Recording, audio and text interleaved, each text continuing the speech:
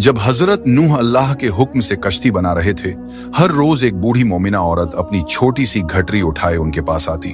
वो कहती, ए अल्लाह के नबी, कश्ती कब रवाना होगी? हजरत नूह मुस्कुराकर फरमाते, अभी देर है, वक्त आने दो। वो औरत वहां बैठी रहती, पूरा दिन इंतजार करती, फिर शाम होते ही घर वापस चली जाती। यह सिलसिला कई दिनों तक चलता रहा।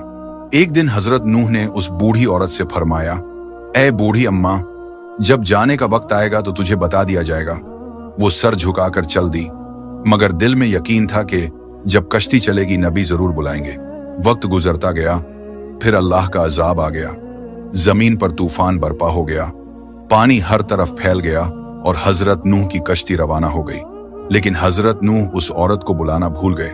जाहिरी तौर पर ऐसा ही हुआ। तूफान थम गया, समंदर की लहरें रुक गईं। कुछ वक्त बाद हजरत नूह के दिल में ख्याल आया कि चलो उस शहर को देखा जाए जहां से सब कुछ शुरू हुआ था। वो कश्ती से उतरे और शहर की तरफ चल दिए। जब शहर पहुंचे तो देखा हर तरफ वीरानी और तबाही है, मगर एक कोने में एक झोपड़ी से रोशनी आ रही थी। एक दिया जल रहा था। हजरत नूह हैरान हुए, इतना बड़ा तूफान आया, सब कुछ डूब गया, लेकिन यह दिया कैसे जल रहा है? उन्होंने जोर से अल्लाहू अकबर कहा। झोपड़ी का पर्दा उठा। वही बूढ़ी औरत घटरी उठाए बाहर आई और मासूमियत से बोली, या नबी अल्लाह, क्या कश्ती अब तैयार है? चलें? हजरत नूह की आंखें हैरत से फैल गईं। उन्होंने पूछा, ऐ बूढ़ी अम्मा, तुझे कुछ भी पता नहीं चला?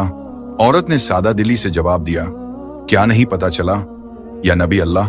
हजरत नूह बोले, इतना बड़ा तूफान आया, दुनिया डूब गई, बारिशें बरसीं, लोगों पर अजाब आया और तुझे कुछ खबर नहीं? वो औरत मुस्कुराकर बोली, या नबी अल्लाह, एक दिन बादल थोड़े गरजे थे और हल्की सी फुहार पड़ी थी, बस। हजरत नूह ने आसमान की तरफ देखकर फरमाया, ए मेरे रब, यह क्या मौजिजा है?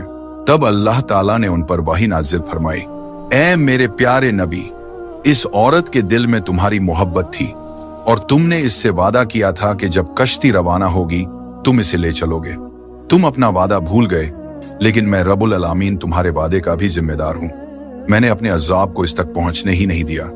इसे एहसास तक नहीं हुआ कि कैसा अजाब आया और कब चला गया। यह वक़िया इमाम सज्जाद से रिवायत के तौर पर मशहूर है, मगर कुरान या सही हदीस की किताबों में साबित नहीं।